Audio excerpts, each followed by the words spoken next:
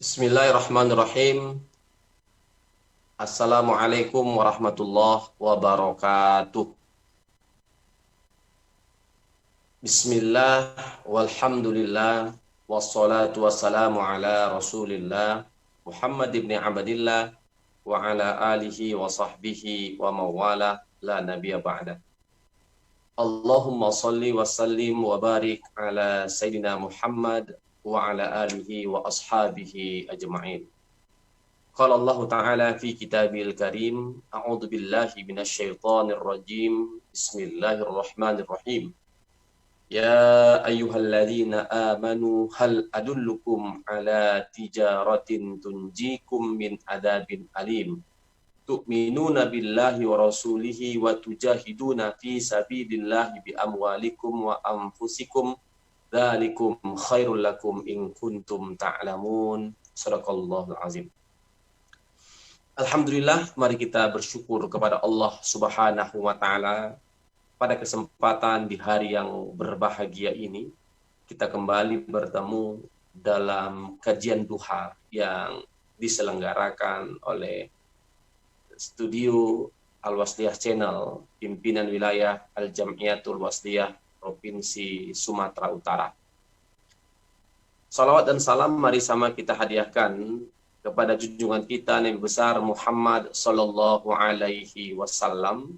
Allahumma salli wa sallim wa barik alaihi. Mudah-mudahan Rasulullah berkenan memberikan syafaat kepada kita semua. Amin ya rabbal alamin. Saudara-saudara kaum muslimin, keluarga besar kami, keluarga besar Al-Jam'iyatul Wasliyah dimanapun berada. Pada hari ini kita berada pada tanggal 9 Zulhijjah. Insya Allah besok kita akan berada pada tanggal 10 Zulhijjah. Hari ini kita sedang melaksanakan puasa sunnah, Saumul Arafah, puasa Arafah. Nah, tentunya pada kesempatan hari ini kita bermunajat kepada Allah di tengah-tengah dalam suasana kondisi pandemi COVID-19. Kita berharap kepada seluruh kaum muslimin, warga besar Al-Jam'iyatul Wasliyah, di saat dia berpuasa tetap berdoa kepada Allah agar kiranya Allah dapat menyelesaikan dan menuntaskan musibah dari bangsa negara kita ini. Saudara-saudara kami, kaum muslimin wal muslimat dimanapun Anda berada, di saat kita memasuki bulan Zulhijjah, apalagi besok, kita akan melaksanakan ibadah sunnah berupa sholat Idul Adha, dan setelah itu kita melaksanakan penyembelihan kurban. Maka pada saat ketika itu juga kita akan diingatkan dengan peristiwa-peristiwa yang luar biasa yang dijalani oleh Nabi kita, Nabi Ibrahim alaihissalam beserta keluarganya. Saudara-saudara kami, kaum muslimin wal muslimat, dimanapun Anda berada, ketika kita membicarakan tentang masalah Idul Adha, kurban, atau bulan ini disebut juga dengan bulan haji, maka kita tidak boleh melupakan sosok-sosok tokoh-tokoh hamba Allah yang sangat ikhlas di permukaan bumi ini. Yang pertama adalah Nabi kita Ibrahim alaihissalam. Yang kedua adalah istri-istrinya Sarah dan Hajar. Dan yang ketiga adalah putranya Nabi Ismail alaihissalam. Saudara-saudara kami, Nabi Ibrahim pernah satu ketika duduk termenung di saat dia mencari-cari siapa sebenarnya Tuhan.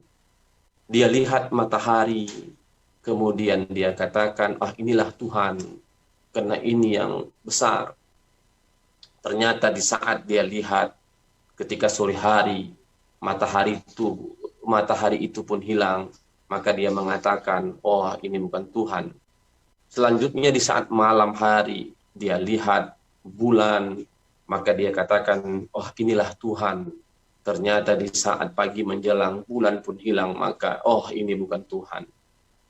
Inilah kegalauan pertama yang dirasakan oleh Nabi Ibrahim alaihissalam, sampai akhirnya dia pun mendapatkan petunjuk dari Allah Subhanahu wa taala bahwa Allah adalah Tuhan dan agama Islam adalah agama yang hanifah, agama yang benar.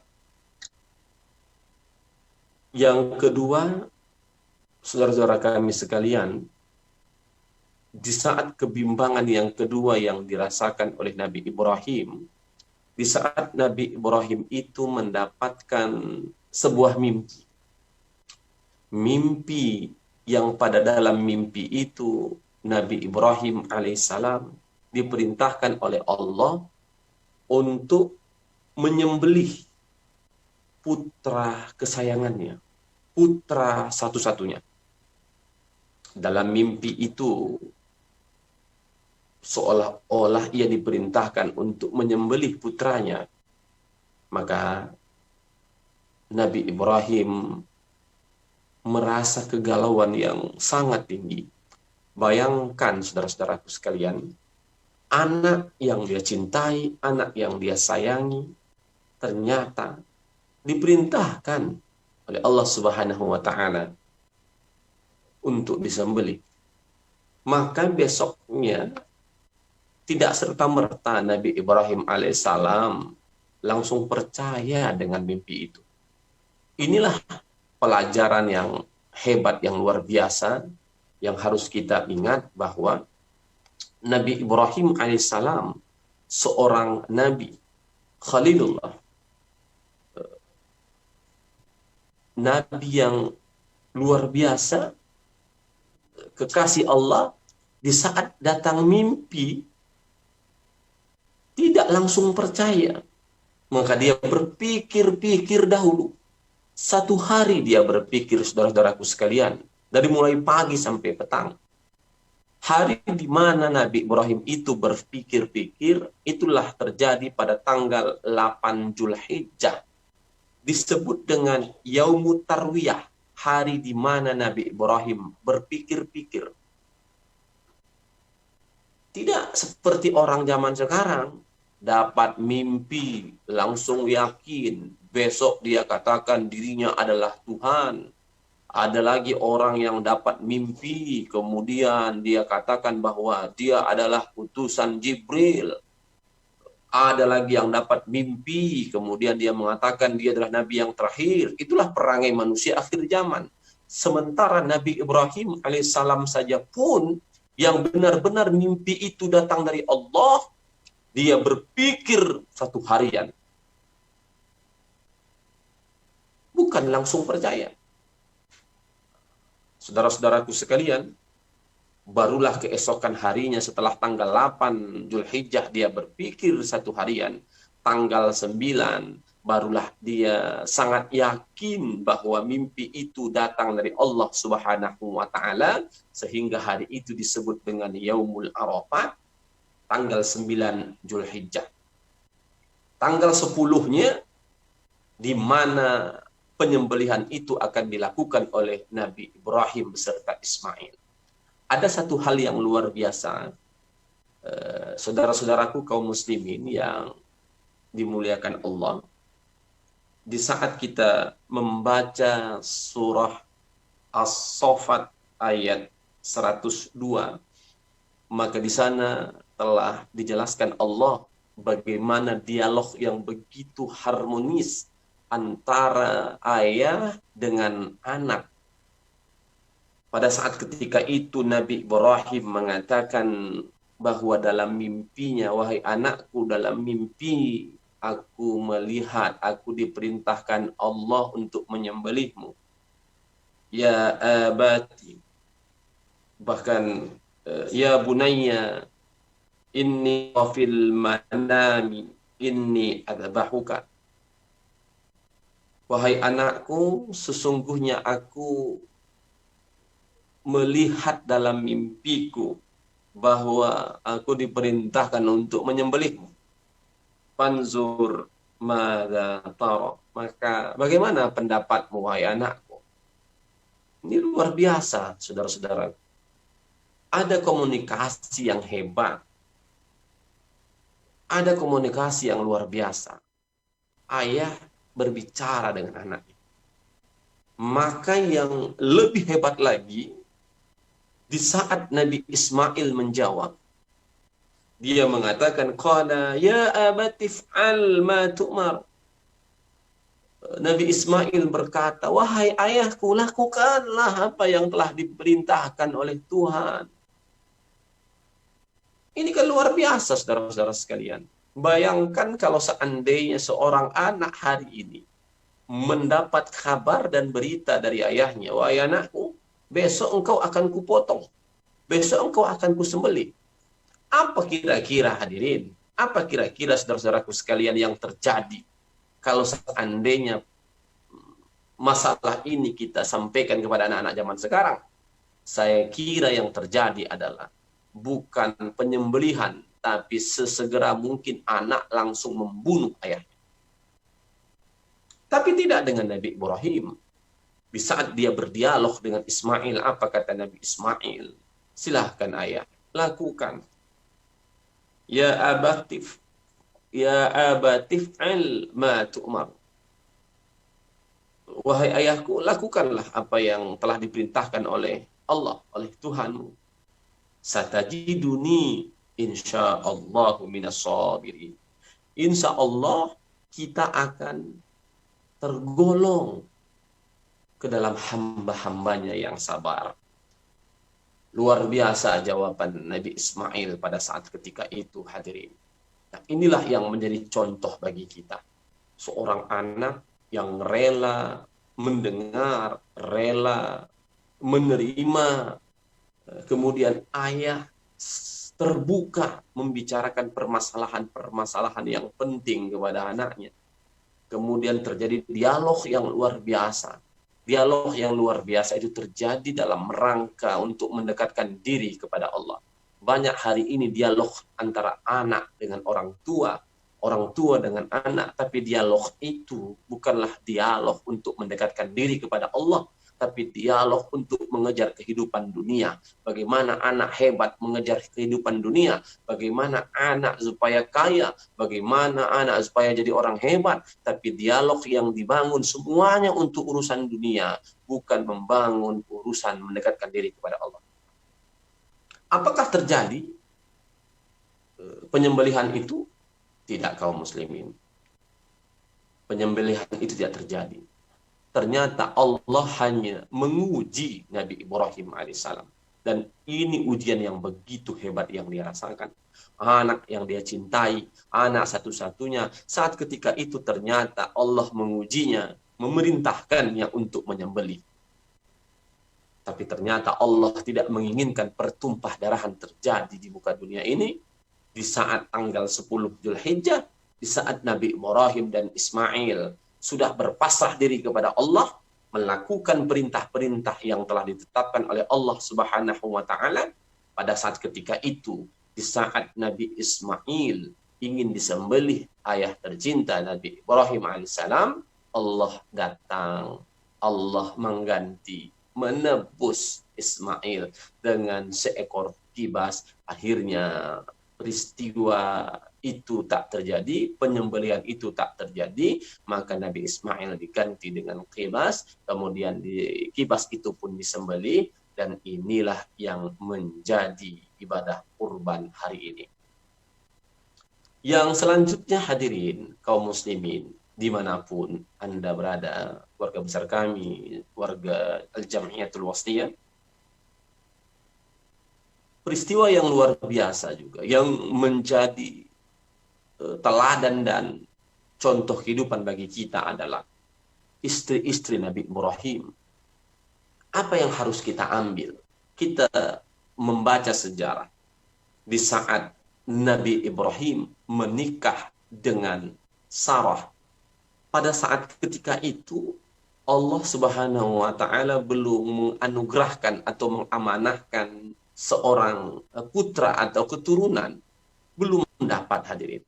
Tapi mereka tak pernah berputus asa. Mereka tak pernah menyerah. Semuanya berdoa kepada Allah Subhanahu wa taala.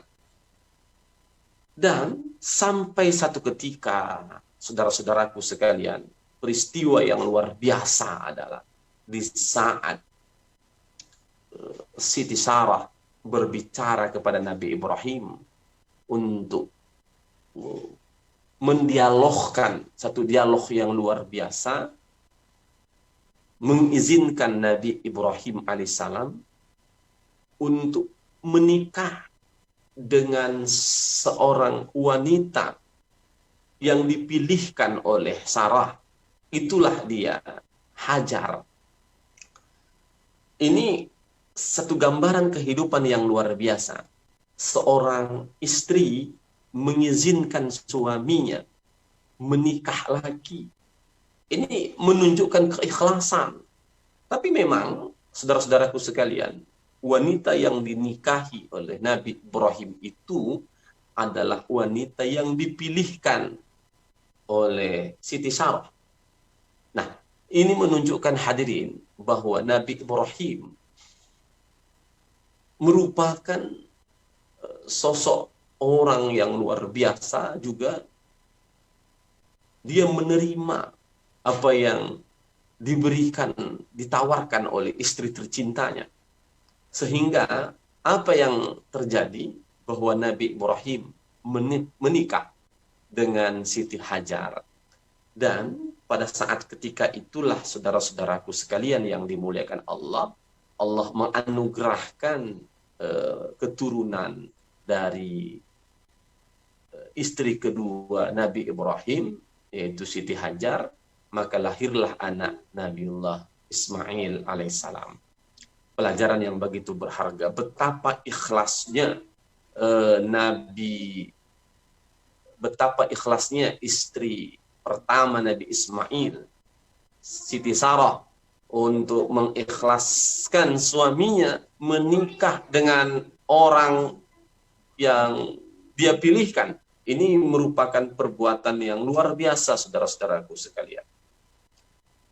Kemudian peristiwa yang luar biasa lagi, di saat Nabi Ismail itu lahir ke dunia, saat ketika itu hidup Siti Hajar beserta putra kesayangannya sangat memprihatinkan. Berlari ke sana kemari, tak ada air. Kemudian dia pun berlari ke sana kemari. Akhirnya dengan izin Allah, dengan keikhlasan dan dengan doa, maka Allah memancarkan sumber air yang luar biasa. Itulah dia air Zam-Zam. Kehidupan yang luar biasa, saudara-saudara kami sekalian. Kalau hari ini, andai kata ada seorang ibu yang memiliki anak, tak ada penghasilan, susah kehidupan, maka kita melihat di televisi, media sosial kita, berapa banyak anak yang dibunuh oleh ibu kandungnya sendiri. Dibuang, bahkan dimasukkan ke dalam kardus plastik, dibuang di pinggir jalan. Mengapa? Karena ada beban dan tekanan hidup, sementara tak punya pendapatan. Tapi berbeda dengan Siti Hajar, yang saat ketika itu tinggal di gurun padang pasir bersama putra tercintanya Ismail alaihissalam. Dia mencari air, berjalan ke sana kemari. Tidak ada sedikit pun keluh kesahnya. Dia menerima keadaan itu dengan ikhlas dan lapang dada, sehingga Allah tahu, Allah balas keikhlasan mereka dengan memancarnya sumber air Zam-Zam yang begitu hebat. Dan air itu sampai hari ini dapat kita rasakan di saat saudara-saudara kita melaksanakan ibadah haji. Air itu pun menjadi air yang begitu barokah, dibawa pulang kita minum. Dan dari air inilah menjadi sumber kehidupan mereka. Saudara-saudara kami. Jadi, dua istri Nabi Ibrahim, Siti Sarah, Siti Hajar, masing-masing menunjukkan keikhlasan yang luar biasa. Keikhlasan Siti Sarah di saat mengizinkan Nabi Ibrahim menikah lagi dengan Siti Hajar. Keikhlasan Siti Hajar menerima keadaan di saat Nabi Ismail itu lahir, kemudian tidak ada siapapun saat ketika itu Nabi Ibrahim harus pergi untuk berdakwah, menyebarkan agama, meninggalkan mereka. Mereka ditinggalkan dalam keadaan berdua. Tiada satupun orang yang membantu, hanya Allah teman mereka yang membantu mereka. Tapi Siti Hajar tidak pernah menangis, tidak pernah menyesali keadaan itu. Dia terus berjuang untuk membesarkan putranya Ismail alaihissalam. Saudara-saudara kami sekalian yang dimuliakan Allah. Kemudian sosok yang keempat adalah sosok Nabi kita Ismail alaihissalam. Ini merupakan generasi-generasi tangguh yang dididik langsung oleh Nabi Ibrahim dan istrinya.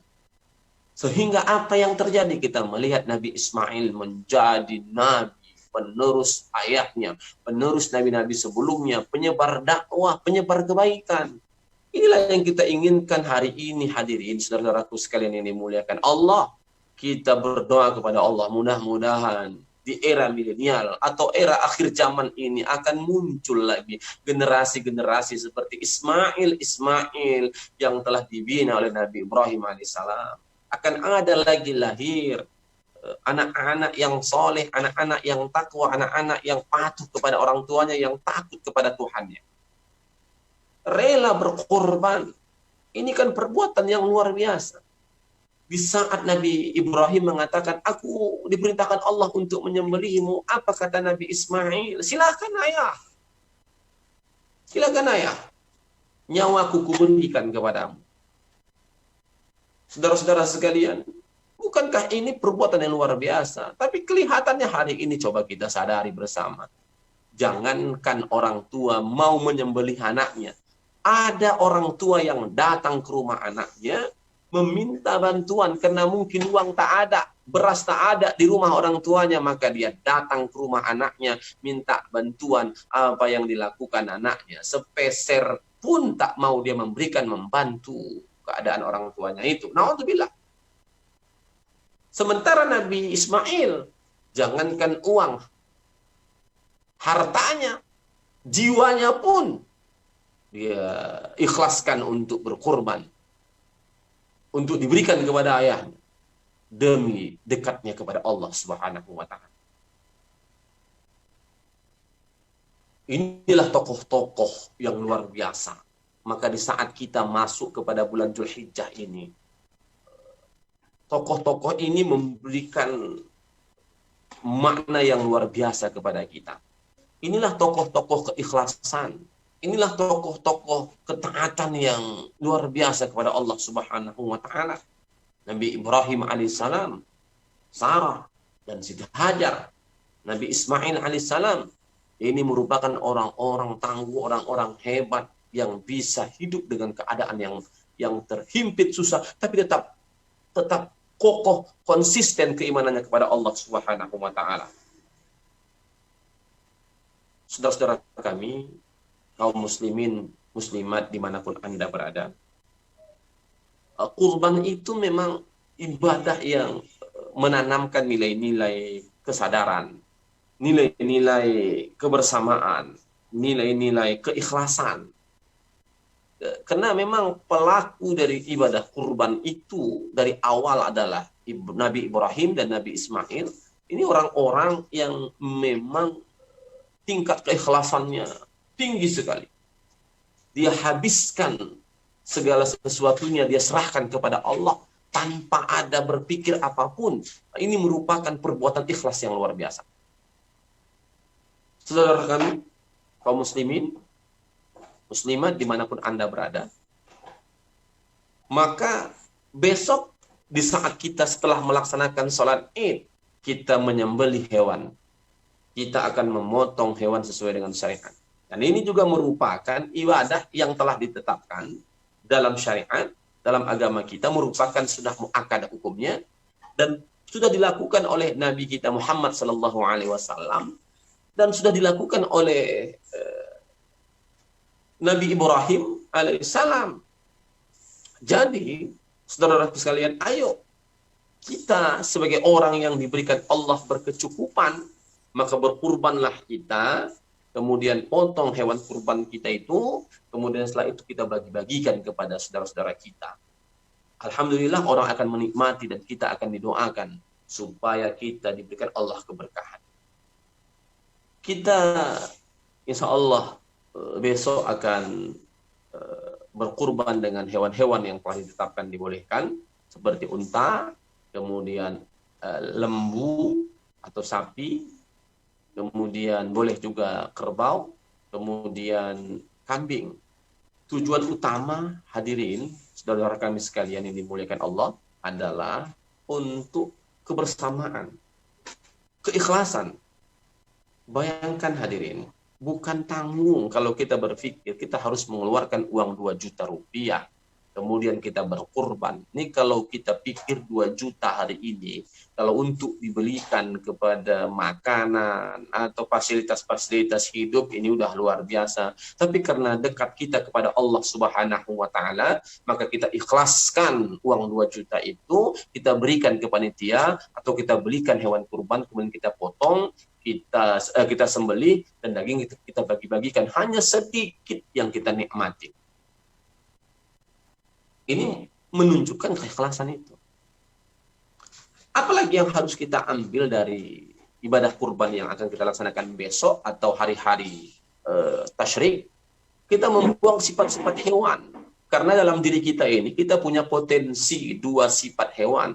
Bisa saja seperti yang dikatakan oleh Imam Al-Ghazali, bahwa kita ini punya sifat bahimiah, sifat sum'iyah, sifat hewan ternak, atau kita memiliki sifat hewan buas. Maka dengan menyembelih hewan-hewan kurban kita itu, kita buang sifat-sifat hewan itu, dagingnya kita makan untuk kesehatan kita. Kenapa Allah memerintahkan kita untuk menyembelih unta? Karena unta ini adalah hewan yang luar biasa juga. Dia menjadi hewan tunggangan. Tapi saudara-saudara kami sekalian, ada sifat unta itu yang kurang baik. Apa itu? Salah satu di antaranya sifat unta itu, kalau kita yang sudah sampai ke tanah suci, orang-orang tua kami yang sudah sampai melaksanakan ibadah haji, salah satu sifat unta itu kadang dibujuk-bujuk, tegak, dibujuk-bujuk, duduk, dibujuk-bujuk, jalan. Nah, ada sifat manusia yang seperti itu. Dibujuk-bujuk dulu baru mau ke masjid, dibujuk-bujuk dulu baru mau mengaji, dibujuk-bujuk dulu baru mau bersedekah, dibujuk-bujuk dulu baru mau bertobat. Nah, inilah sifat-sifat hewan yang kita miliki, sifat unta yang kita miliki, maka kita sembelih unta, sifatnya kita buang jauh, dagingnya kita makan. Sapi juga begitu besar tubuh atau badan sapi itu. Tapi cobalah kita amati, kerjaannya hanya makan, habis makan, tidur, makan, tidur. Maka ini yang tidak dibenarkan dalam Islam. Kita harus bekerja, kita harus berusaha. Bahkan ketika kita membaca surah Al-Jumu'ah yang memerintahkan kita sholat Jumat, habis sholat Jumat apa yang dikatakan Allah, kita disuruh fantasyiru fil ardh, bertebaranlah kita di muka bumi untuk mencari rezeki Allah. Harus ada usaha. Tapi lembu tugasnya seperti itu, makan, tidur, bahkan makannya segerobak, rumputnya begitu banyak, tapi tak ada makna kehidupan yang luar biasa. Makanya sapi atau lembu itu kalau kita pikir lebih banyak manfaatnya di saat dia sudah mati ketimbang masih hidup. Kalau mati dia bisa dibuat rendang, abon, digulai, dan lain-lainnya. Tapi kalau hidup ya tugasnya cuma makan tidur saja. Saudara kami sekalian, kenapa kerbau? Selama masih ada sapi, sapi. Tapi kalau tak ada, boleh kerbau. Kerbau itu kalau kita amati adalah hewan yang berat badannya luar biasa, dapat membajak sawah, tapi ada satu hal yang kurang baik. Dia selalu setia dengan kubangan lumpurnya. bagaimanapun indahnya rumah mewah, hotel berbintang 5, berbintang 7 mungkin, tapi kalau kita persembahkan kepada kerbau, dia tetap setia dengan kubangan lumpurnya. Islam tidak menganjurkan seperti itu. Islam melarang seperti itu. Kita harus bersih, bersih lahir dan batin. Bahkan dalam Al-Quran kita disuruh untuk mensucikan pakaian kita. Wasyabaka fatahhir. Pakaian kita harus kita sucikan. Baik suci bendanya maupun suci dari asal usulnya, dari mana dibeli, uang dari mana, ini juga yang harus kita pahami. Nah, kambing, saudara-saudaraku sekalian yang dimuliakan Allah, juga hewan yang dikategorikan boleh disembelih, dikurbankan. Nah, kenapa harus kambing? Nah, ada perangai kambing ini yang harus kita buang jauh-jauh. Salah satunya yang dapat saya sebutkan adalah kambing ini punya karakter keras kepala, tak mau mengalah, selalu mau duluan, tak pernah mau antrian, tak mau tertib. Inilah perangai-perangai kambing. Maka kambing itu punya sifat keras kepala, payah diatur. Makanya saudara-saudara, mungkin lazim bagi kita di Kota Medan ada sepeda motor tabrakan dengan sepeda motor, selalu dikatakan oleh orang laga kambing.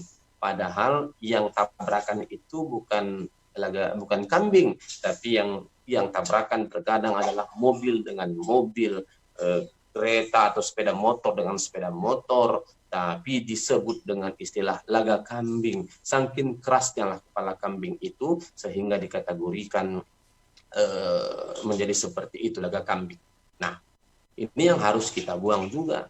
Ada kan model manusia hari ini yang keras kepala, dikasih tahu tak mau, dinasihati tak mau, tertib juga tak mau, mengikut aturan Allah tak mau, aturan pemerintah juga tak dia ikut. Maka inilah kelompok manusia-manusia yang memiliki sifat-sifat seperti kambing. Oleh karena itu dipotong kambing, dikurbankan kambing, sifatnya dibuang jauh, dagingnya kita makan. Saudara-saudara sekalian yang dimuliakan Allah, likulli sya'ratin hasanatin, bagi satu helai bulu hewan kurban kita itu ada satu kebaikan. Mudah-mudahan besok di saat Idul Adha banyak kebaikan yang kita peroleh. Pertama, dengan meneladani perjalanan hidup Nabiullah Ibrahim alaihissalam. Yang kedua, meneladani perjalanan hidup Nabi Ismail alaihissalam. Kemudian meneladani perjalanan hidup Siti Sarah dan Siti Hajar. Ini merupakan kebaikan-kebaikan dalam hidup yang luar biasa dan kita amalkan. Kemudian kebaikan berikutnya yang akan kita petik adalah di saat kita menjadi peserta atau orang yang berkurban, maka kita akan mendapatkan kebaikan dari hewan kurban kita itu. Setiap satu bulu hewan kurban kita itu ada satu kebaikan. Likulli sya'ratin hasanatin. Saya tak menyuruh kita untuk menghitung berapa bulu lembu kita besok yang akan kita kurbankan, berapa bulu kambing kita yang akan kita kurbankan. Tapi sebegitu banyak bulu yang melekat pada kulit kambing dan lembu kita, maka sebegitulah kebaikan yang akan kita peroleh. Tak ada beda antara lembu sama kambing. Dua-duanya memiliki keutamaan dan fadilah yang luar biasa, pahala yang luar biasa. Karena hari ini, saudara-saudara kami, kaum muslimin, muslimat dimanapun Anda berada, banyak orang yang tak mau berkurban kambing. Di saat lembu sudah penuh, karena lembu untuk 7 orang dan kambing 1 orang. Kalau udah penuh bagian lembu, dialihkan ke kambing, banyak orang yang tak mau. Apa dia bilang? Kenapa aku kurban kambing? Aku darah tinggi. Saudara-saudaraku dimanapun Anda berada, ini tak boleh lagi terulang. Kenapa? Karena tak ada kaitannya berkurban kambing dengan penyakit darah tinggi kita. Kita berkurban bukan untuk kita. Kita berkurban untuk bersedekah kepada orang lain. Tidak ada kaitannya hewan kambing dengan darah tinggi. Kalau ada yang mengatakan seperti itu, berarti dia beranggapan bahwa hewan kurban itu mutlak untuk dia. Padahal Rasulullah sudah mencontohkan apa yang dilakukan Rasulullah di saat dia berkurban. Dia ambil hanya bagian hatinya sedikit saja, kemudian dia bakar dan dia pipihkan, kemudian dia makan, dan dia mengatakan ini aku lakukan hanya untuk mengambil keberkahan saja. Tapi kita tidak. Di saat kita berkurban kambing, kita katakan, aku darah tinggi. Tidak ada kaitannya. Kenapa? Kita sedekahkan sama orang. Karena banyak sekali orang mungkin yang menantikan daging kambing. Saudara-saudara kami sekalian yang dimuliakan Allah. Ada juga yang mengatakan, aku berkurban dengan lembu sajalah, lembu lebih besar. Nanti kalau di atas Siratal Mustaqim, tungganganku besar. Saudara-saudaraku sekalian yang dimuliakan Allah. Ini juga tidak ada masalah. Kalaupun seekor kambing tak masalah. Biarlah seekor kambing, tapi di atas kambing itu kita sendiri yang menungganginya. Ketimbang satu ekor lembu, tapi ternyata kita harus berbonceng 7. Ini kan salah satu logika-logika yang saya sampaikan supaya tidak ada terjadi perbedaan. Siapa yang kurban kambing tidak ada masalah, itu baik. Siapa yang kurban lembu tidak ada masalah, itu baik. Jangan ada kait-kaitkan antara kambing dengan penyakit yang kita derita. Karena hari ini kita berkurban itu bukan untuk masalahnya kepada kita, tapi kita berkurban adalah untuk bersedekah kepada orang lain. Saudara-saudara kami dimanapun Anda berada dan keluarga besar Al-Jam'iyatul Wasliyah. Inilah mungkin kajian duha yang dapat saya sampaikan pada kesempatan pagi yang berbahagia ini di hari Arafah. Kita menghimbau kepada seluruh warga masyarakat Al-Jam'iyatul Wasliyah di saat tanggal 9 Zulhijjah ini. Mungkin di antara kita banyak yang berpuasa, mari setiap kita menarik nafas di saat kita berpuasa ini, melapaskan kalimat-kalimat yang baik. Setidaknya kita doa kepada Allah, Allahumma fa'annal ghala'a wal bala wal waba wal fakhsha wal munkar wasyifal mukhtalifata wasyadaida wal mihan ma zahara minha wa ma batan. Kita minta sama Allah karena kita sedang berpuasa, di mana hari ini juga doa-doa akan didengar oleh Allah Subhanahu wa taala. Kita berdoa kepada Allah, mudah-mudahan Allah mengangkat virus COVID-19 ini sehingga tidak ada lagi masalah kehidupan. Kita dapat bersama-sama, kita dapat mengaji bersama, berkumpul, belajar bersama, bersilaturahim bersama. Karena wabah corona sudah diangkat oleh Allah Subhanahu wa taala. Mari saudara kami sekalian, apalagi nanti di saat sudah masuk waktu maghrib, kita sudah beralih tanggal dari mulai tanggal 9 sampai tanggal 10.